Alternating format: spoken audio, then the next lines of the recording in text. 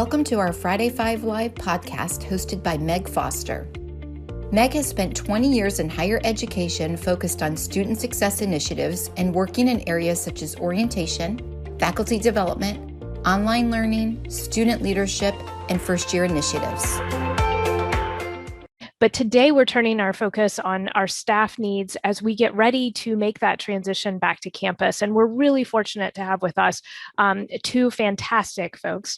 Andrea has been a frequent Friday 5 Live contributor, and I think really helped us make that transition over the summer months as we recognized that we weren't going to be coming back to campus immediately, how we could stay positive, continue to work with our teams at a distance, continue to balance all the things in our lives. Andrea is at Pepperdine University, where she works with academic advising, very involved with NACADA, and also, is an amazing mom to a two-legged individual and multiple four-legged individuals. So a lot going on at her house, and we're thrilled to have her with us. And Tyler is the coordinator of new student programs at CSUSM. I'm fortunate enough to get to work with Tyler, probably more than he wants to talk to me. But I knew he was making this transition back to campus and just had a lot of insight about, how we can do that as a team, how we can shepherd students, because you're working with 1,000,001 orientation leaders. Maybe it's only 50, but it's a lot this summer. So thank you both for being with us today. We're so grateful to you. Just as a quick reminder to our listening audience, we love hearing from you. Please do use the chat to chat in your questions. As always, I've got some questions prepared for our audience, for our wonderful guests today, but feel free to chat in, ask any questions, let us know where you're from. We'd love to hear from you about what your plans are. Have you been back on campus now for months, and so you've got it all figured out and you can tell us how to make this transition? If you're like me, I haven't been on my campus, I was telling Tyler, since March the 10th, 2020, and I get to go back in August, and I won't lie, it feels really weird. Feels really strange to me. So, and I know that we've got this added interesting layer going on nationally, this discussion about vaccination requirements. So I'd be super curious what your institutions are doing. Our community college system in Virginia is not requiring them of faculty, staff, and students, encouraging them, but not requiring them. So definitely an extra added layer of complexity to our school year. So Tyler, I'm going to make Andrea kick us off here, if that's cool with you. Andrea, we started off our Friday 5 Live conversations last summer, kind of talking about how we can create balance as we worked from home, and you're so amazing at that. What are you hoping to maintain? I think what are the good parts from our year of pandemic work and pandemic learning that you want to take with you into this year? First, can anyone see me? I can't see what I look like, and I had to move. So am I there? We can hear you. Unfortunately, we can't see you. Okay, so how about now? We can see you now. You know what? I kept pressing switch camera and not realizing what it did. So what happened is, as you heard, I have a crazy house, and my husband took our son to gymnastics camp, which is open. So that's great. So he went there, and then the dogs had a fit when he came home. So I quickly ran into the bedroom where there's nothing except my toys, some of which I will be transitioning back to the office. I'm so happy to be here. And I'm so grateful for what you guys are doing and what IE is doing, just to give us sort of a home and a space. And it matters. I think one of the things, so the main thing that I realized about pandemic, working from home during the pandemic, was the importance of family. And for some, it was a make or break. And so if you're in the break category, I'm deeply sorry, but I'm glad that time gave you the opportunity to realize, what the situation you had to make the changes you need. And then for other people, and I thankfully am in that category, we grew closer during that time, and I've had challenges with my mom. There were all sorts of things that were going on. And I want to bring that back to work, to realize that we're not, yes, we work. Yes, we feel passionately about students and student success, and we want to serve our employer, and we want to serve our constituents and do everything that we're supposed to. But at the same time, we're people. We have lives, we have issues, we have concerns, and those should not be minimized simply because we're back in the office. Our health, our mental health, our physical health, our all of that. And I think that is what I want to maintain. I've been back at work. We came back 50% of the time starting in June. So I'm going 2 or 3 days a week. And I still, I have some of my colleagues, there's illness in their family and they ask, can they take off? Absolutely, you can. And whereas maybe it used to be, well, maybe let's work out so you can go at 4. And that's not my way personally.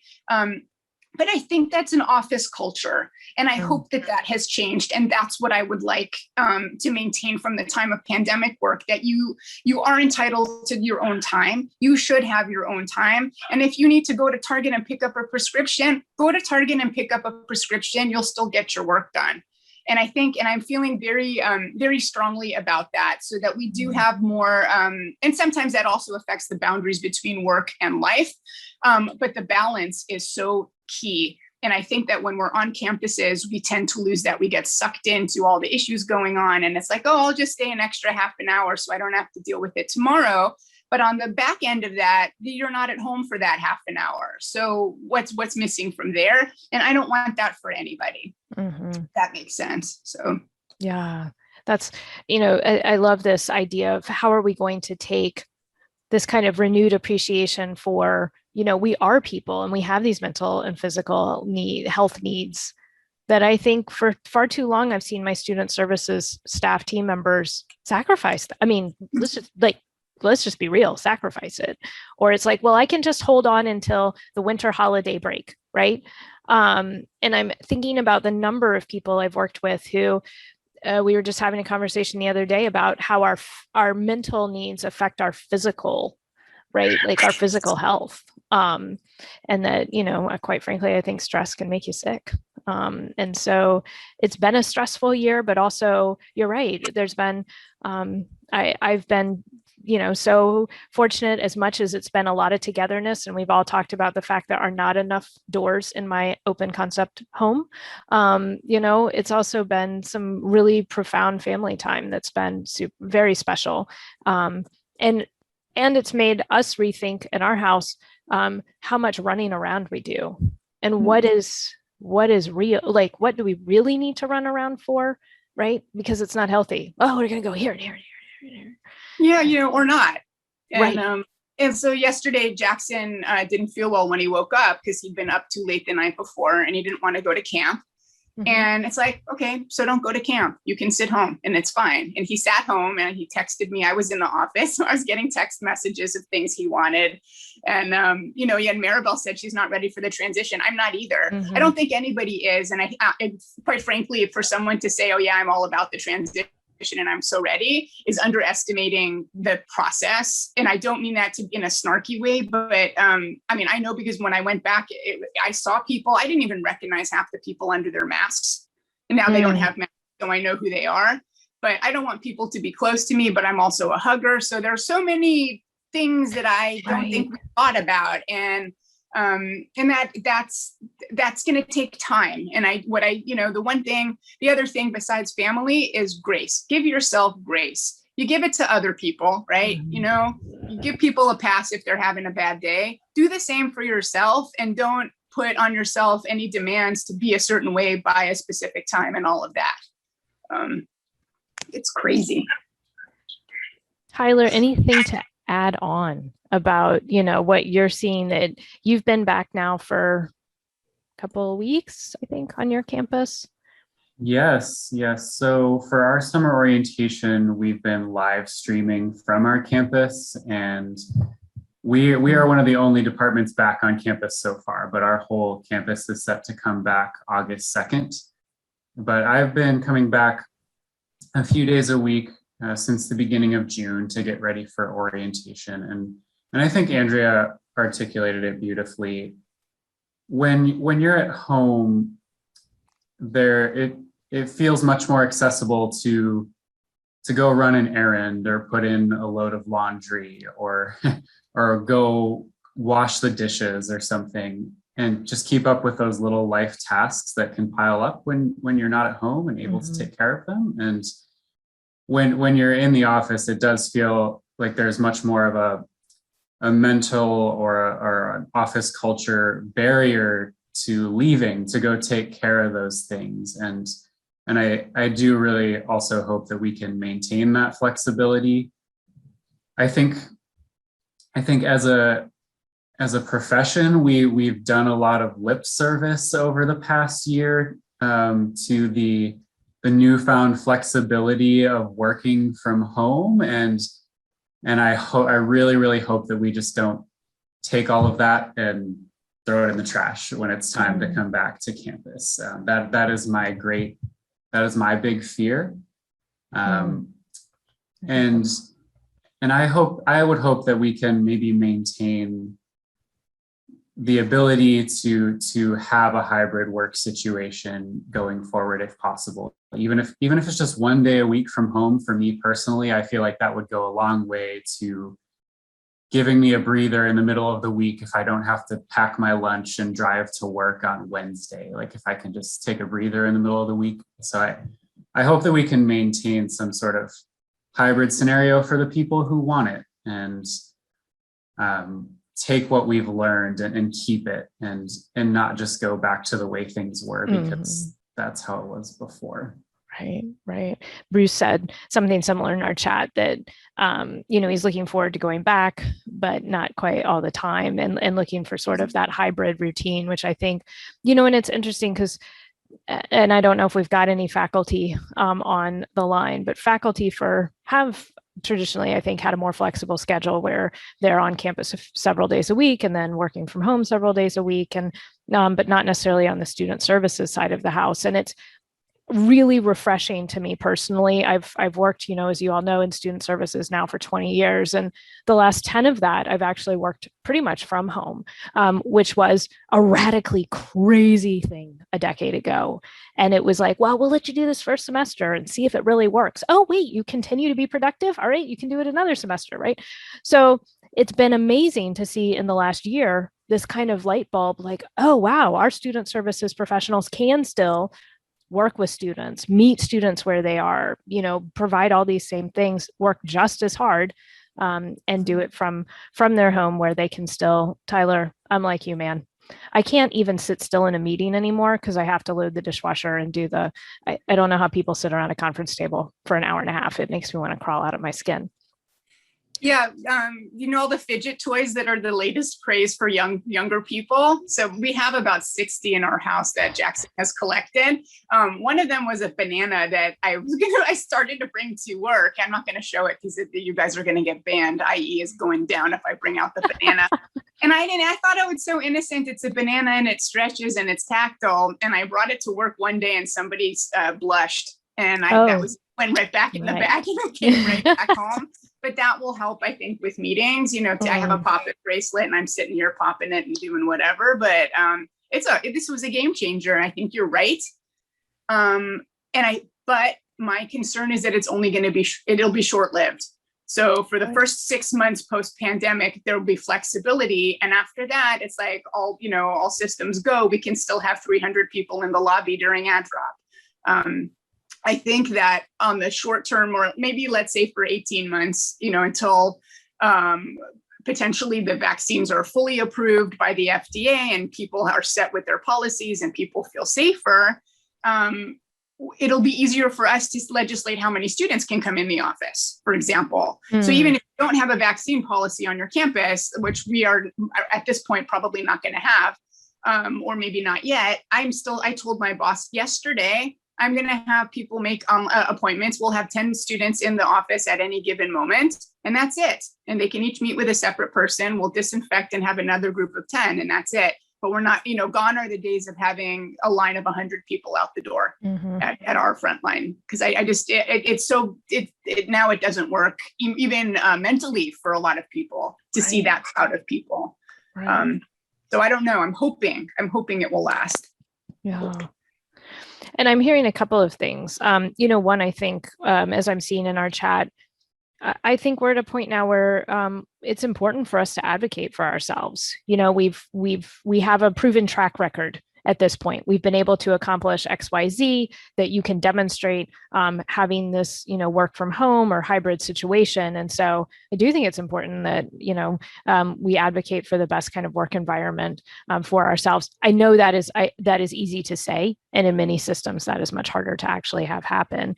But I also really appreciate, Andrea, and this is kind of a nice transition to, you know, what is your plan for your return to campus? I mean, not only for the students you serve, because Tyler, you're a really large institution, but for the folks you manage. Andrea's got a team of advisors. Tyler, you've got, you know, your team of student leaders. And I know that there's some really awkward conversations happening, right, with folks who are like, yep, I'm all ready got to come back full time, and other people who are like, whoa, this is really freaking me out. So love your advice or your thoughts about how to create that sort of as painless as possible, I guess, re-entry process. Any tips, any tricks? What are the things I need to make sure I pack on my first day? Food. Okay. Yeah, because I didn't. I'm so used to walking in the kitchen and taking what I want. And I got to work and I had a bag of like a little baggie of popcorn. I'm like, this is going to be great. So at 5 o'clock came and I couldn't see straight. And the cafeteria was closed because we don't have any students. So yeah, it was a great combination. To the extent that people can, I would say to transition slowly. So we have a 2-month transition process over June and July. So people will come in part-time for both of those months. I'm not sure what'll happen in August. Frankly, it depends on a lot of factors, which is why it's so unsettling for an administrator such as myself, because I would like to know, you know, I want to know how's it going to be? What are we going to allow? What aren't we going to allow?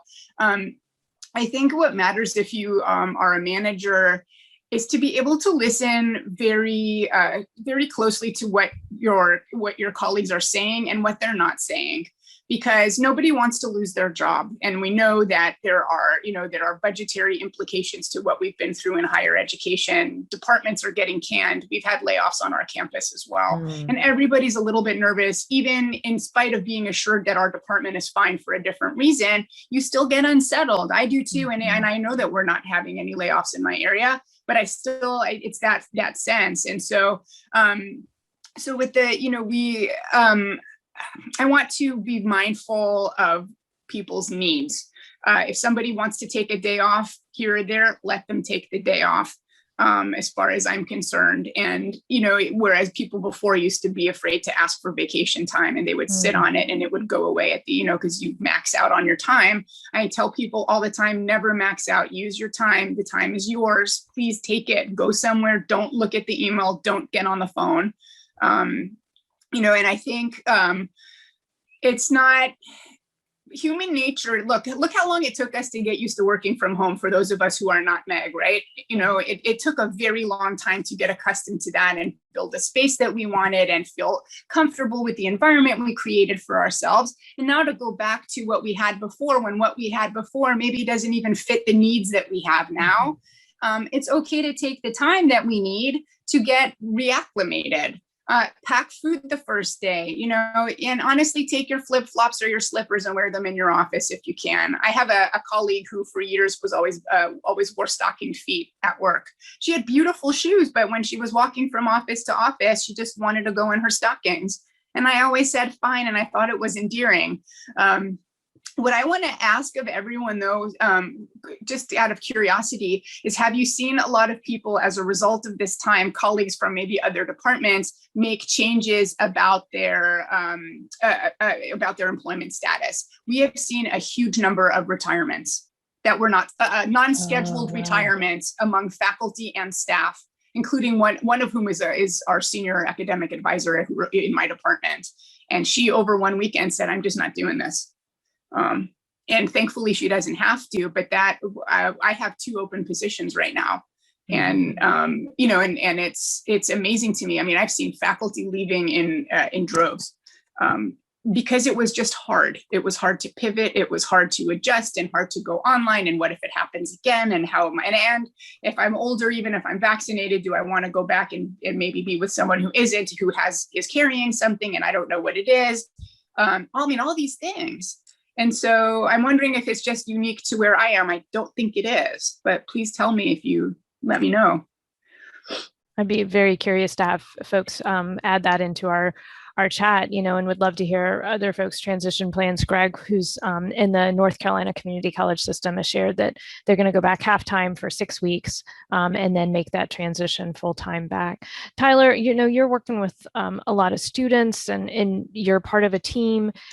Just wondering, are you seeing a gamut of emotion as far as coming back to campus?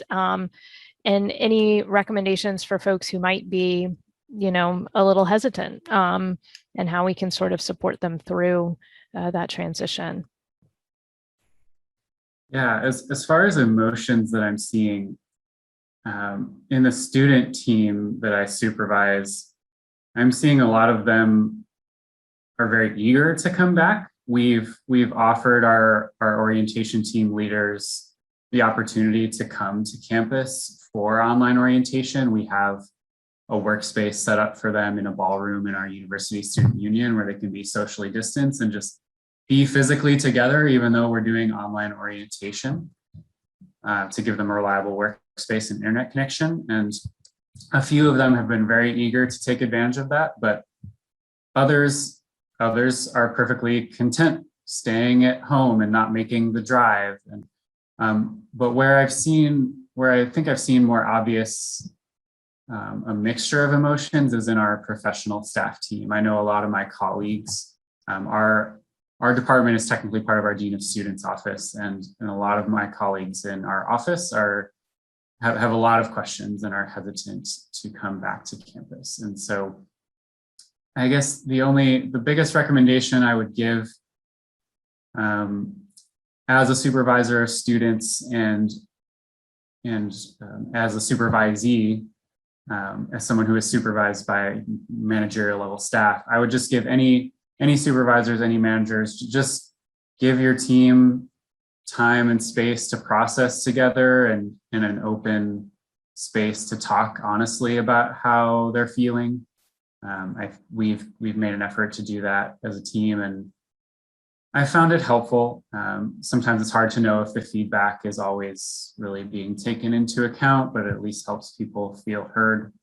And I think and just be flexible. We're not requiring our students to come back to campus this summer. We've made it very clear, this is an option that is available to you, but it is only if you are comfortable and willing and able, and it is not something that is expected, and you will not be penalized or judged in any way if you choose not to take advantage of it. So your commitment will not be questioned. And so just giving people that space to be heard and being willing to continue to be flexible. That's been a real, I think, a theme throughout all the conversations we've had on Friday 5 Live. And we kicked all of this off actually a month into pandemic, and communication, open communication, listening, feeling heard, it comes up again and again and again, whether we're working with students or staff. Just that's been so critically important, I think, always, but especially this year, that we need that. And some folks are chatting in about their return to campus, and feeling for Tomorrow, who's shared that she has a spouse who's immune compromised, and that concern about returning to campus, and just hoping that you feel like you have a team you can share that with at your institution, and that you feel heard and listened to and valued in that. And Tyler, I love that it sounds like it's a CSUSM. There's kind of a gentleness in the approach right now, where the campus is open. We're here, we have these spaces for you, but if it's not quite time yet, the time is coming, but if it's not quite time yet, you can make those transitions back. As you've both been back on campus, I've seen a lot of chatter on, listservs and Facebook groups about, easing the transition, making sure we pack our snacks, right? Do we lay out our clothes the night before? Probably. Do we spend, I would say, several days making sure that we try on all of our work clothes? Remember, pull them out of the back of Andrea's saying no, pull them out of the back of the closet, maybe dust them off a little bit, see what still fits and what still works right for us. But seriously, what did those first couple of weeks on campus feel and look like? And any, additional kind of tips and tricks as we look at easing that transition for ourselves or our staff folks? One thing that I'll tell you is that because I knew I was going back a couple weeks ago. And so for 2 weeks before that, I wore real clothes at home to work, even though I was not on any, even regardless of whether or not I was in a video or had a chat with anybody. I just, and I did, I right now I'm not going to lie. I'm wearing shorts and flip flops, but my shirt's not so bad. It has flowers on it. Your shirt is lovely. Thank you. That shirt is like, I'm trying to think when I got it. I've lived in this house. Let's see, Jackson was born into this house. So that's already 11 years, right? And this predated that by some time period. And I found it in the drawer, and it's, I don't even know why I'm telling you, but being at home, I've had all this opportunity to look through and see the stuff that I have. I found a shirt with tags on it that I didn't even know I had that I'm going to wear to work next week.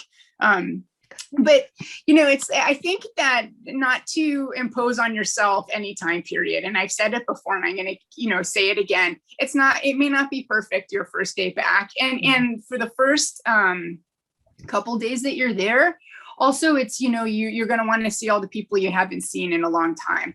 And so it's okay. Give yourself the space to say hello to people and catch up with people in person. It has a very different feel, even though you might have been speaking with them on the phone or email or on Zoom. It's very different in person, and you can feel, you feel their energy also, and be receptive to it. And a lot of times you'll find someone who is feeling the same way as you, which is very helpful and validating. To all the people who are immunocompromised, I want to say I am vaccinated. One of the reasons that I did it, and I still wear a mask, I did it for those who cannot. And so, and I feel very strongly about that. And I don't mean to be on a soapbox, and I'll get off of it because there's a political aspect to that too. But my colleague who sits in the next office cannot get vaccinated because of that situation.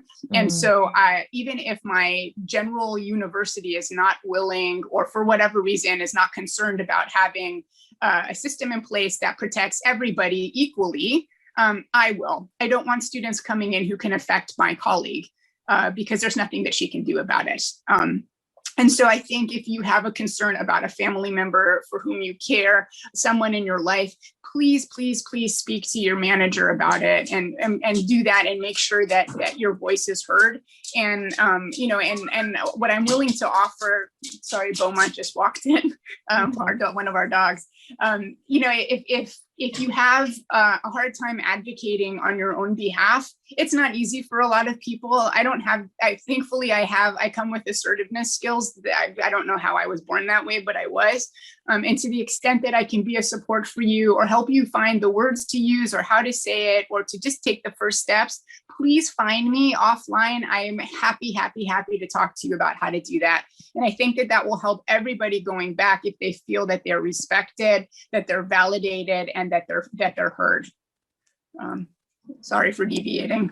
No, I think that's really helpful. And I think, you're always so gracious about sharing, yourself as a resource, but what valuable advice if always, and this is true at any time, but if we need to have these kind of what potentially feel like very awkward conversations right now, to practice it ahead of time. Who can I kind of run this by? Who can help me figure out the best way to advocate for myself? And Andrea is a great resource in that. And I know she's worked with several folks from our conversations in the past. But I think that we all are sort of dealing with, I know I'm personally having some really wackadoodle conversations about, hi, are you vaccinated? I'm vaccinated. Do we put children together in cars for carpool? Just the most basic to, I'm going to go teach in a room that has no ventilation, no circulation, no windows, to people who I don't know what their vaccination status is. And I still have an unvaccinated child at home because she's too little to get it. So I'll be masked because that's what my comfort level is. So so I've had to practice those conversations because I feel my mother keeps saying, where is the Emily post for this whole weird post-pandemic coming out of it situation? She's like, I just need the, etiquette guidelines. Tyler, anything that you've dusted off your clothes in the back of your closet, and Tyler always looks dapper on any day of the week that I've seen him. During pandemic, during the height of it, you still looked dapper. But any other recommendations to us about making that transition back? Yes. Well, thank you, Meg. That was nice of you to say. There were definitely some days during the pandemic where I felt like I was like in my cave, like in my corner workstation in my room, like wearing my sweatpants. But yes, I definitely want to echo what Andrea said about packing food and just basic supplies for the first day. I have learned in my personal professional life that I need to prepare everything the night before, or else I will not do it in the morning, or I'll do it like hectically and be late. Or I will end up going to work because I'm lazy, and then I will not have food, and then I will have to like go buy something. But nothing is really open on our campus either at the moment. And so it might be different for all of you when you go back if it's a coordinated opening, but just make sure you have food and water. I wish I had brought it in the room to show you, but in our particular building, none of the water fountains are on, I think for sanitary reasons, but also because we're the only ones in the building. And so I actually brought like my Camelback, like my hydration pack that I use for hiking. And so I'm like sipping out of my little straw during the day from my backpack, and everybody makes fun of me, but I'm like, I have water. Like you all have your one little water bottle for the day, and or they bring like 5 water bottles to get them through the day. Like I have just my backpack right here and I'm fine. So just make sure you have supplies. And I've really enjoyed coming back to the office. I think I've found it very invigorating. I was really over sitting in my corner workstation in my bedroom. And I've found it really enjoyable, like getting to actually talk with other people face to face. And I find it a much more motivating space than my home at the moment. I'm sure that might change over time, like once I get a little more tired throughout the school year and stuff, but I guess we'll see. But yeah, that would be my biggest piece of advice. Just make sure you prepare whatever supplies you need and give yourself time to adjust. Like as Andrea said, you might not anticipate something, and it's just going to be an interesting transition. And my feelings toward it, who knows, it might start to change when everybody comes back. Like right now, campus is quiet, and it might start to feel a little bit overwhelming when more people come back. But, right. Right. I love that. So, I as I always do, I take notes during our conversations, and to check out I guess not making the assumption that our food facilities are open, even if they always have been in the summer. Check out the water fountain situation. I know that sounds really simple, but I am really used to being very hydrated now that I can just wander into the kitchen and pull it out of the refrigerator, right? It's not walking a half a mile to go find the closest water fountain or whatever. So there's all really great advice, Tyler, and thinking about, getting prepared, anticipating it. But I also heard, you were excited to come back to campus. I've talked to some colleagues who feel guilty that they're excited about coming back to campus, which is, and then I have colleagues who feel guilty that they're not excited to come back to campus. And Andrea shaking her head emphatically no, because I think she's going to tell us that we all need to make sure we just kind of treat ourselves with some grace around that. But there's no reason for guilt. I mean, how you feel is how you feel, and it's perfectly fine, and it's perfectly natural. The only time that I would get concerned about it is if it persists to the point of incapacitating you in one way or another. If it prevents you from living your life, or prevents you from getting your work done, that's the point. It's when you raise your hand and ask about employee assistance programs, or you find me and say, what do? I need a reality check. But I think that the vast majority of people, at least the ones that I know, feel both. We're excited to be coming back, but we're also quite happy to be at home.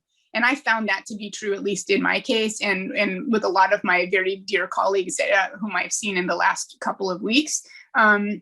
I love seeing the 4 students. Every time I've seen a student, I was beside myself happy. And it's so exciting. And the people I haven't seen in a year, and it's tremendous, right? And my colleagues, I miss them so much.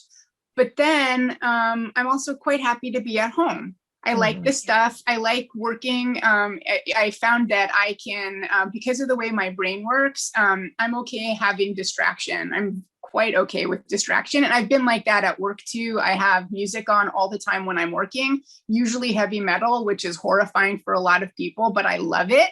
And at home, I would have always roughly 1.5 to 2 hours in the afternoon where I might sit on the sofa with a television show on or a movie and work.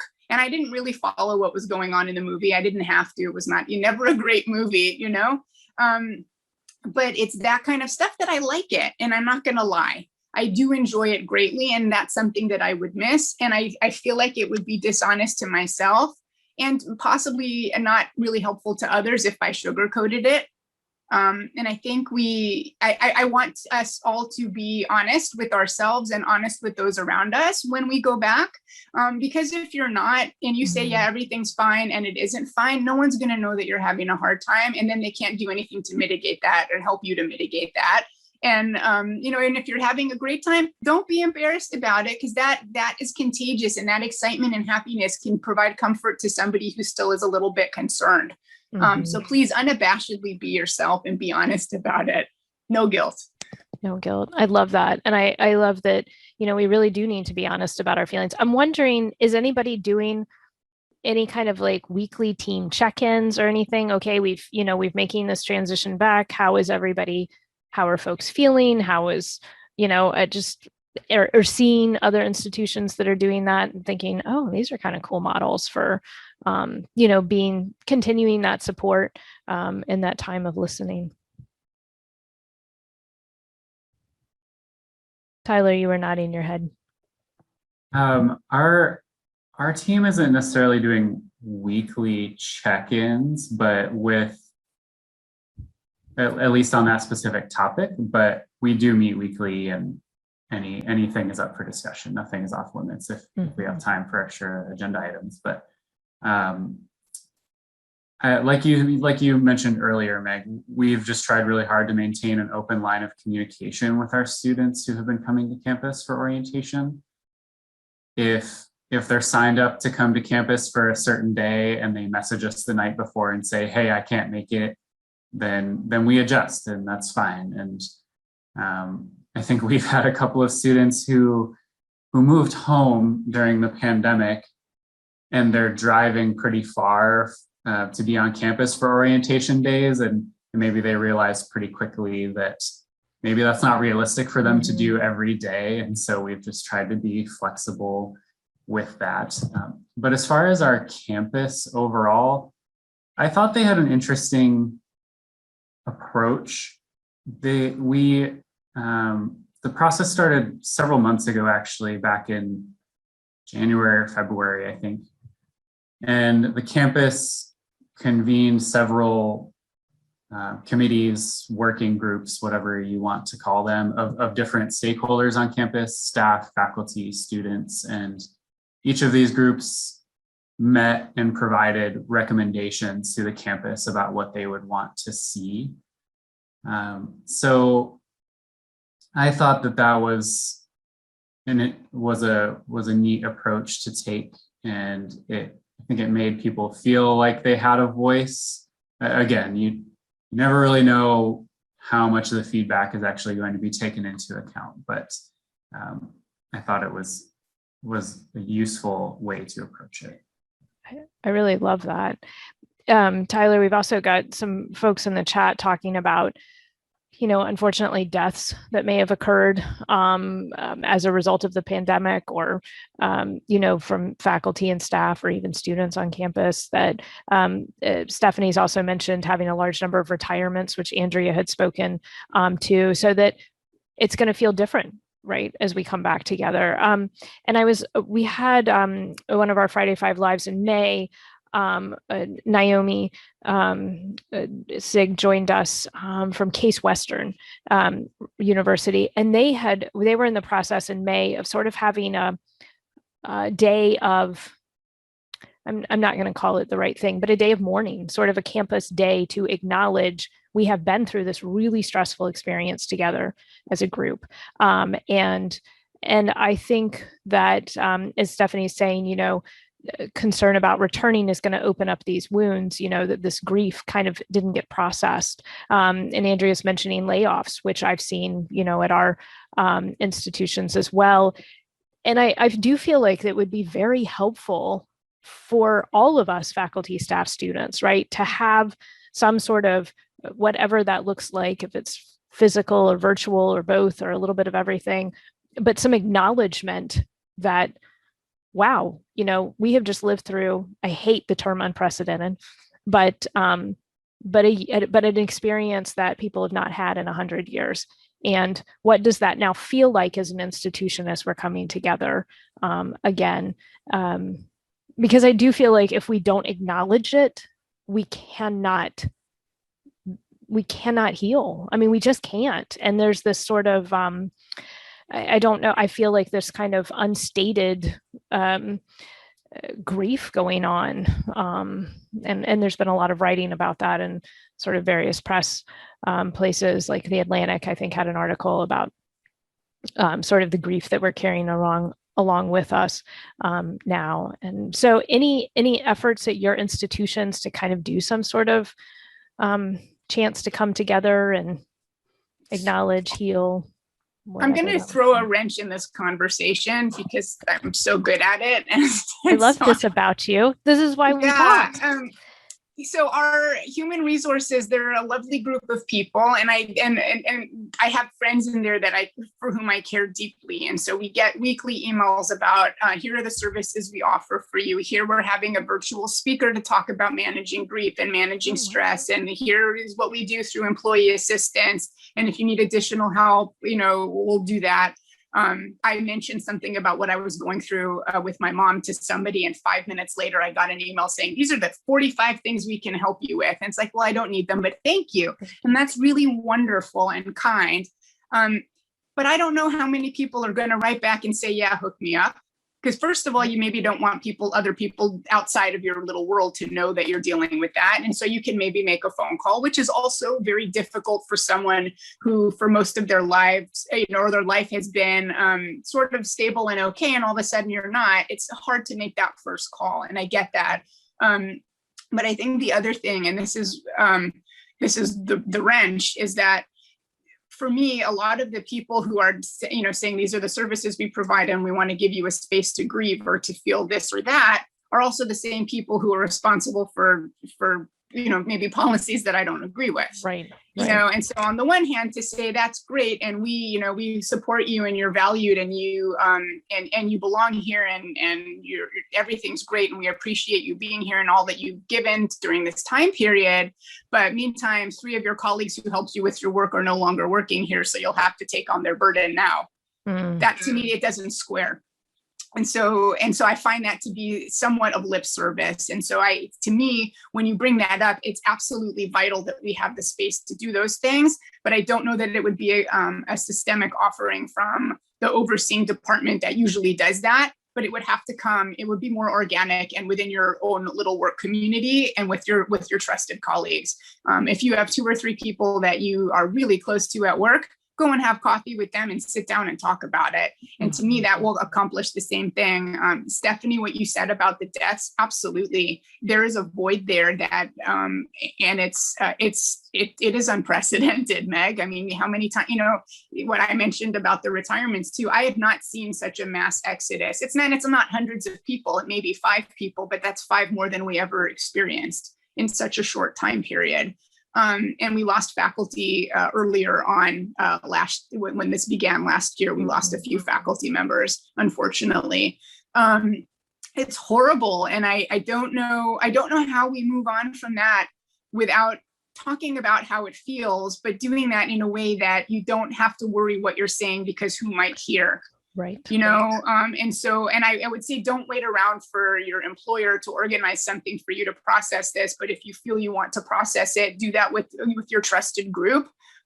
You can, I will happily facilitate it as a peer. I mean, we do that. I not to say that I'm so fabulous at it, because I'm not, but as a person, I get it. But I think that's more important is that we do it and not wait around for it to be given to us as an opportunity, if that makes sense. It does. And I love that idea of maybe, we don't have to have the large public offering from the institution, but that to make sure that we are taking that time with our trusted group of colleagues to kind of process, holy moly, we made it through this, and here are all the emotions I'm feeling, and here's how I'm feeling as I return to campus. And we have hit 12:45 Eastern, which means that it always goes by so fast, Tyler. But did you have anything you wanted to share with us as we kind of wrap up? Because I wanted to make sure we honored that. That's okay. I just want to say to all of you, I wish you all the best of luck in your transitions back, and sending you good vibes. I think Meg mentioned this with some colleagues that she's worked with at other institutions. Like, I don't know about you all, but I am tired. Even though Meg thinks I don't look like it, like, I am tired. And I think going back to campus is going to bring just as much challenge as transitioning online did. And so I just, if anybody else is feeling that way, like, you're not alone, and just hang in there and lean on your support system as we continue this wild and ridiculous journey. So that's all I have to say. Tyler, those are wonderful words. Thank you. And I think you're right. I think so many of us have spoken about this year as being a bridge year, right? We're going to bridge from this year of pandemic learning to what kind of comes after it. And that's going to take continued emotional energy on our part that maybe we don't feel like we're having. Thinking about, remember when you first start a brand new job and how exhausted you are in those first couple of weeks because you're having to learn all new systems and things. I remember always coming home from work and like just laying down on the floor in the living room. Like, that was as far as I could get. And maybe reminding myself that as I make this transition back to campus, I'm going to need to come home and lay down on the middle of the living room floor again. And like I'd never been there before. Like, it's all new, and that's okay to do that, to take care of myself. Tyler, you are always so positive, and I appreciate those feelings, those good vibes that you're sending out to us. Lots of beautiful thoughts in our chat today. Just as a reminder to everyone, we do bundle this up in a recording, and we will, if you're a GoToKnowledge user, that'll be available on your dashboard.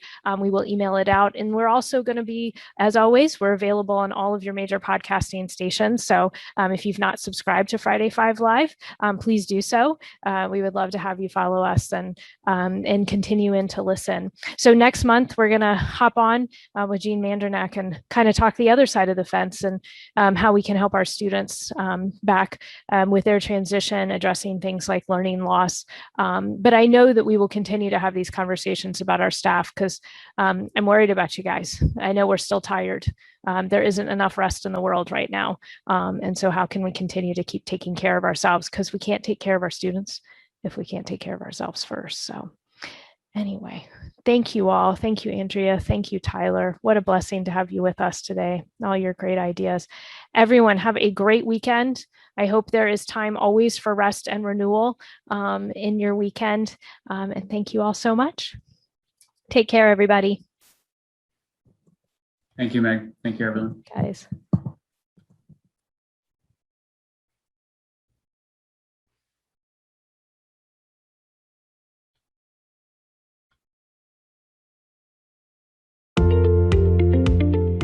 Friday 5 Live is brought to you by Innovative Educators. Innovative Educators offers 6 online services for your onboarding support and training needs. Visit us at innovativeeducators.org to see how we can support your student success initiatives.